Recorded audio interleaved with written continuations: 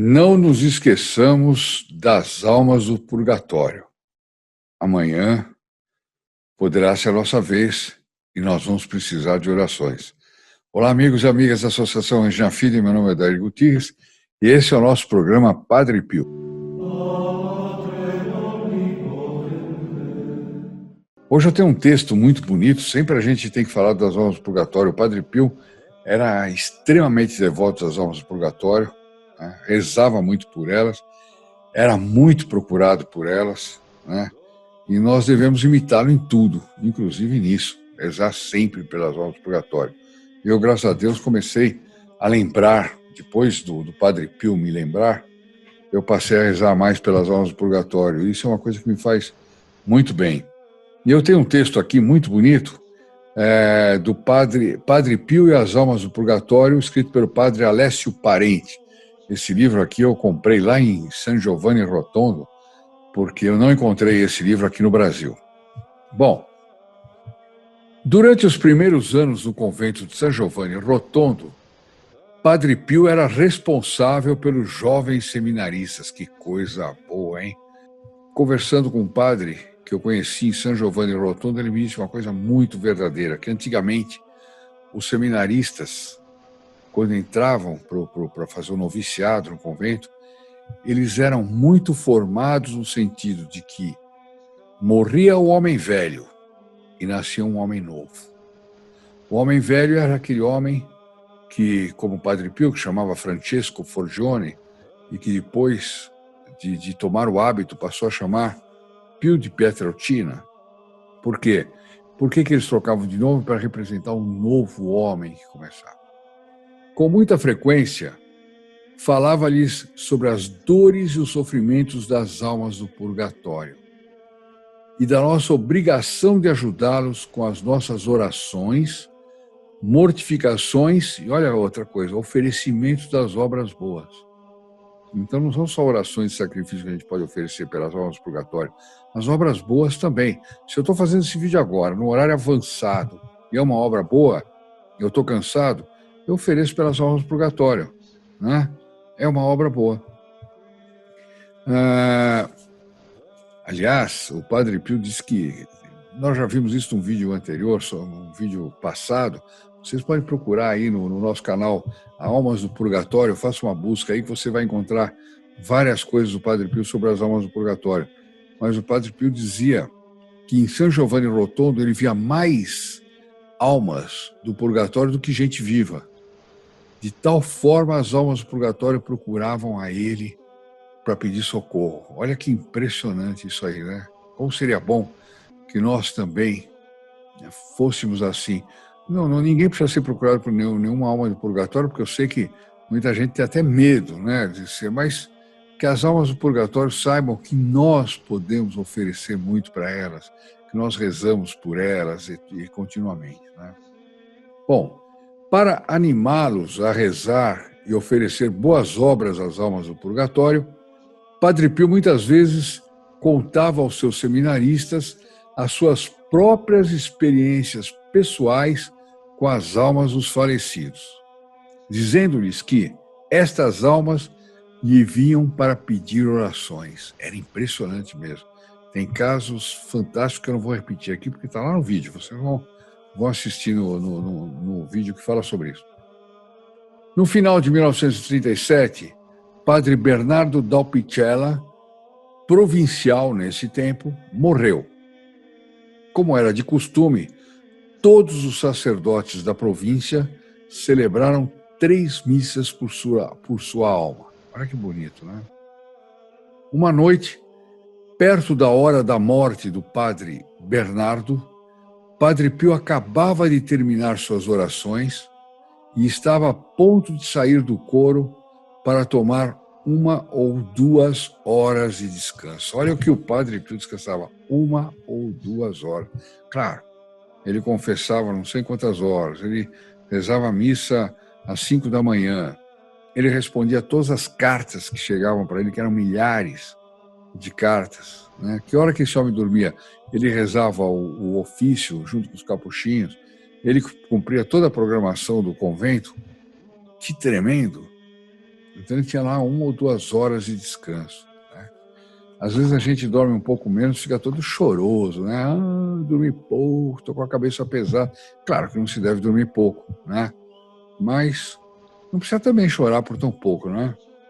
Bom, antes de sair, aproximou-se da varanda do coro e olhou intencionalmente o tabernáculo para cumprimentar afetuosamente a Jesus, para deixá-lo na companhia dos anjos. Então ele ia se repousar, passou diante do sacrário e cumprimentou Nosso Senhor para deixá-lo por um tempo sozinho na companhia dos anjos. Vocês veem que tudo que tem contato com o Padre Pio tem uma pureza, uma beleza, uma coisa sublime, né? Enquanto olhava para o tabernáculo, viu clara e distintamente Padre Bernardo caminhar desde o altar de Nossa Senhora à sacristia. Então isso se deu logo depois da morte do Padre Bernardo, porque o Padre Bernardo estava morrendo, né? E ele estava em outro local. Ele não estava no mesmo convento. E, de repente, o Padre Pio tem essa visão. Bom, Padre Pio presenciou essa cena durante as 3 noites consecutivas. Muitos frades tomaram conhecimento do ocorrido.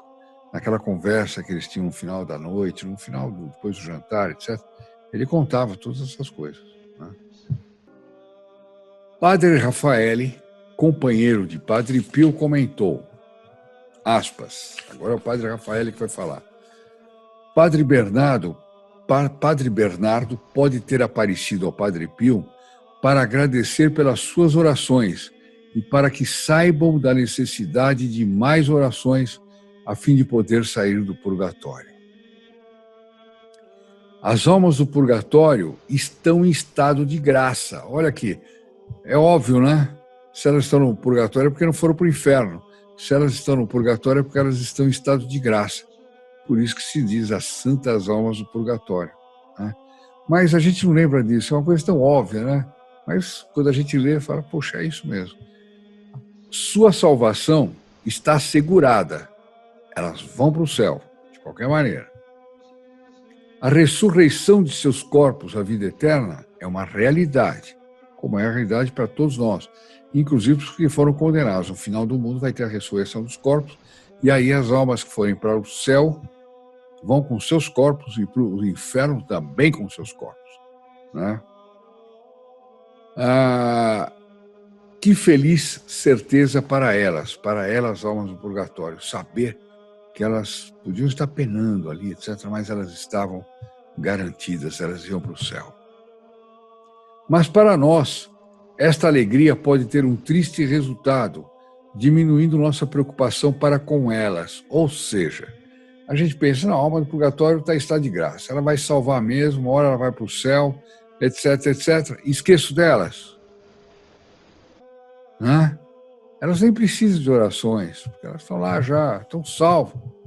Quem precisa de oração sou eu, que ainda tenho dúvidas a respeito da minha salvação, não sei sobre a minha perseverança. Né?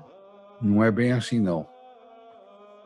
Essa atitude pode levar-nos ao esquecimento de uma outra evidência, a necessidade em ajudar e a sua total impotência. Ou seja, essas almas estão lá e elas não têm capacidade de sair de lá, elas são impotentes, a não ser com as nossas orações.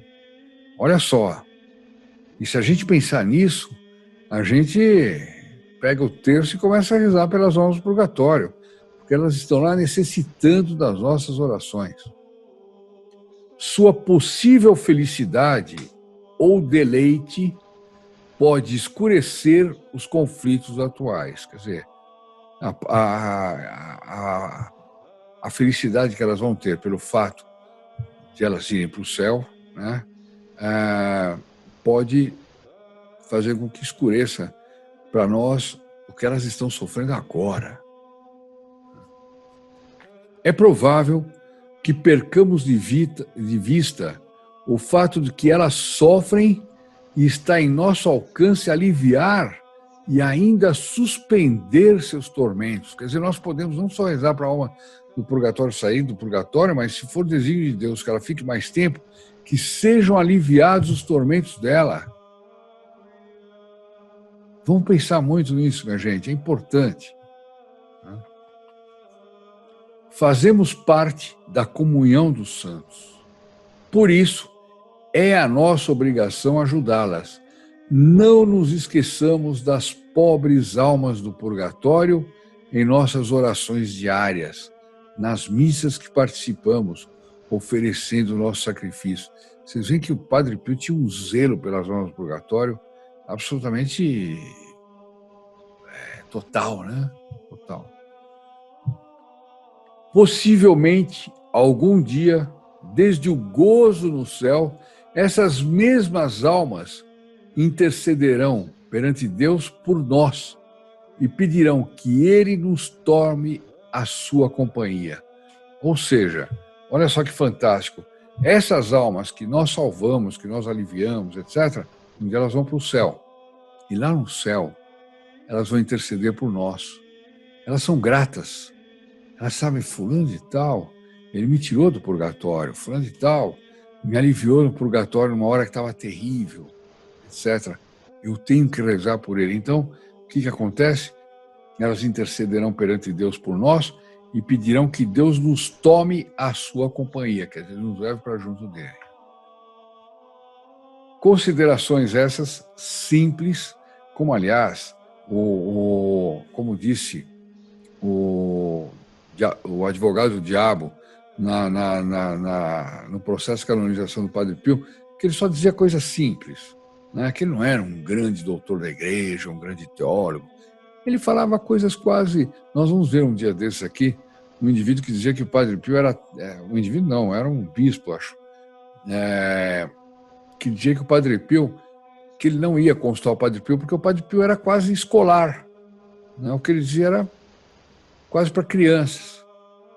Ora, essa é uma característica do Espírito Santo, a simplicidade. Isso foi assim que respondeu o postulador da causa do Padre Pio. E aqui nós vemos isso.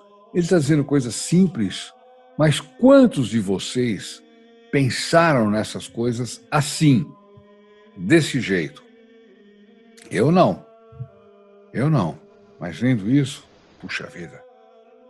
Quer dizer, como é perigoso nós acharmos que as almas do purgatório, porque estão salvas, não precisam de nossas orações.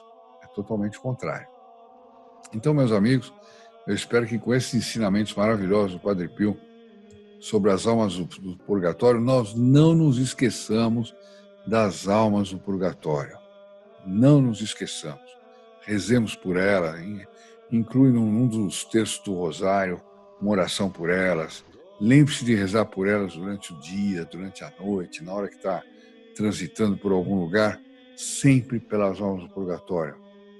Eu já contei isso aqui uma vez, de um amigo meu que me ensinou uma coisa que eu cumpro até hoje, há muito tempo.